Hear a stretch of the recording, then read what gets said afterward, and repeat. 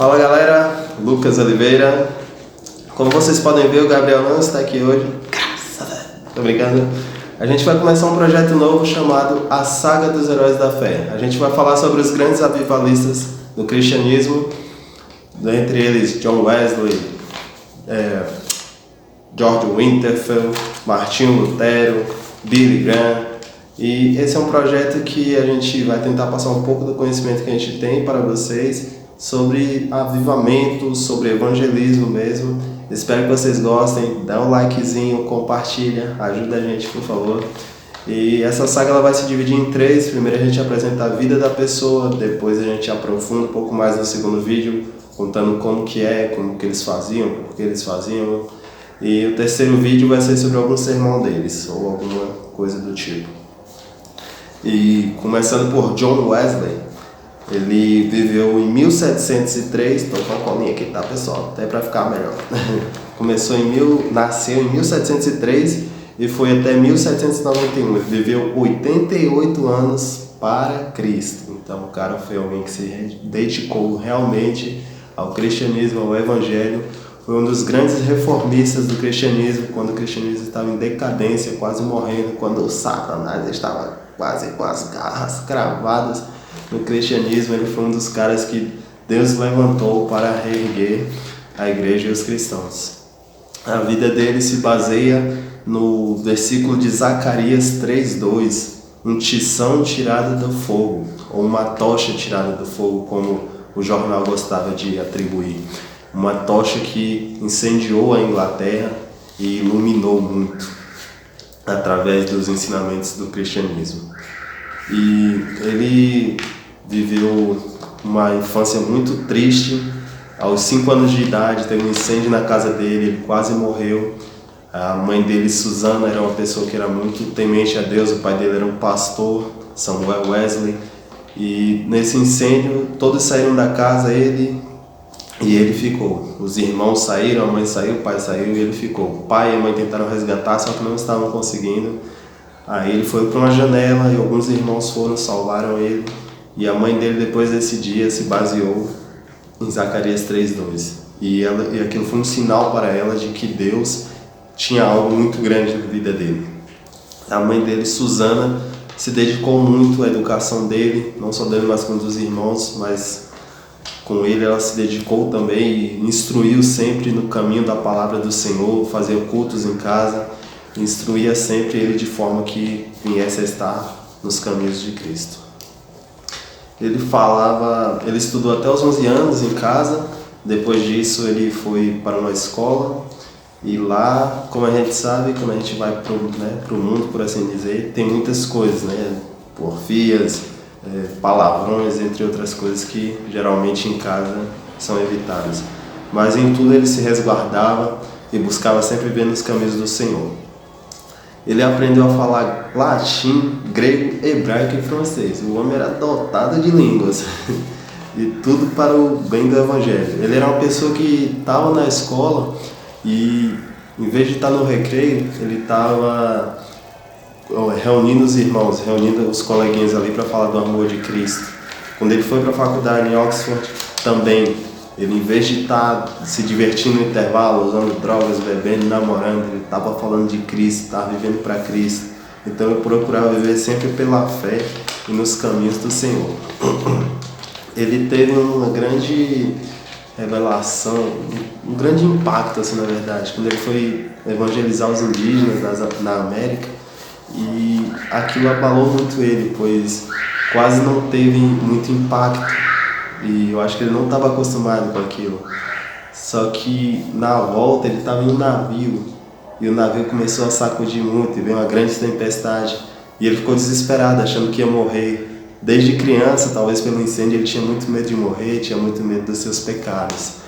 Mas ele viu um grupo ali louvando e adorando a Deus com fé mesmo. E aquilo tocou muito o coração dele. Ele percebeu que, apesar dele viver se resguardando das coisas, apesar dele viver sempre falando do amor de Cristo, ele se perguntou: e quem poderá me converter? Apesar do cara, vamos dizer assim, hoje o cara ser um super crente, alguém que faz o ID, alguém que estava sempre ali ajudando as pessoas, estava sempre doando coisas, ajudando os necessitados, se sentia desse jeito. Ele, quem poderá me converter?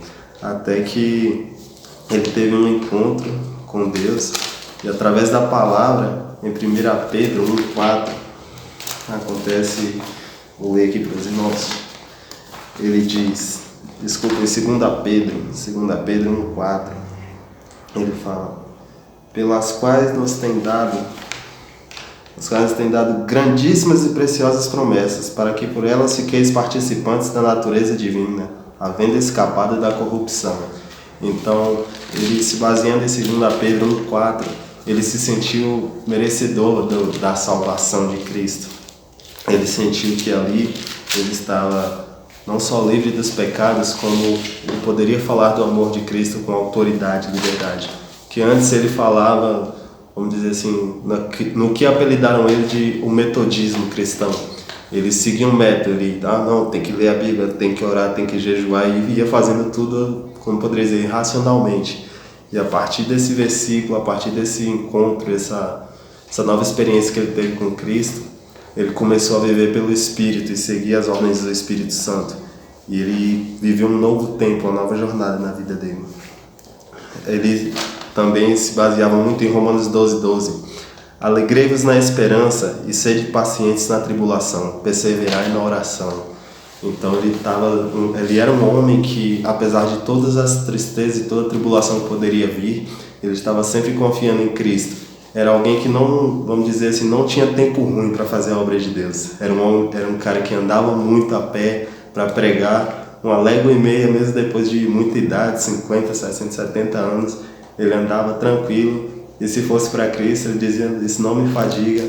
Era um cara que sempre acordou às 4 horas da manhã, sempre dedicava 2 horas de oração para ter intimidade ali com Deus e nunca reclamou. Foi um homem realmente extraordinário. E ele viveu num contexto assim na sociedade em que a sociedade estava sendo apagada, a igreja estava sendo apagada pela sociedade. Muitos valores estavam sendo invertidos e o mundo estava entrando dentro da igreja. Então, ele foi um cara que revolucionou realmente a igreja.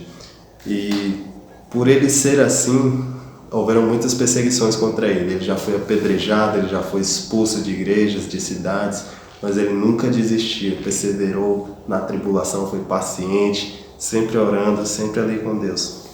E quando as igrejas fechou as portas para ele pregava nas ruas. Então, muitas vezes a gente fica naquela, eu tenho que, sabe, se não for para ser na igreja, não serve, é porque Deus não confirmou. Ele pregava nas ruas. Ele dizia que o mundo era a paróquia dele. Então, para ele, a igreja era o mundo, eram as pessoas e não a própria, sabe, construção física. E através disso ele foi a muitos lugares pregando e falando do amor de Cristo, visitou muitas casas e foi uma bênção realmente. A certeza que ele tinha era que o melhor de tudo era saber que Deus estava com ele. Perto do leito de sua morte ele declarou isso, e tem uma frase que marca muito, publicada até nos jornais: a tocha foi arrebatada do fogo. Isso significava que tinha chegado o tempo dele. E ele criou a igreja metodista, ao qual milhares de almas se converteram. Como eu disse, os sermões dele eram um sermão verdadeiro para Cristo. Um sermão um sermão de realmente amor e verdade ao Evangelho. Ele foi um homem que conheceu realmente a Cristo, o amor de verdade foi amado, assim também. Ele era um cara que declarava que a fé não está morta. A fé ela não pode ser especulativa. A fé ela tem que ser com uma certeza e que tem que haver perdão no seu coração, mas também tem que haver arrependimento, que nós temos que ser zelosos com os mandamentos. Ele declarava que aquele que crê no Filho tem a vida eterna e passa da morte para a vida sem condenação. Então foi um cara assim que mudou realmente a história da Inglaterra com a sua convicção de Cristo e através de suas experiências. Ele era um homem que dizia que você tem que ter a convicção de ser, pelo menos, de não ser um quase cristão. nós temos que ter a convicção de ser inteiramente cristãos. Essa era a filosofia de vida dele.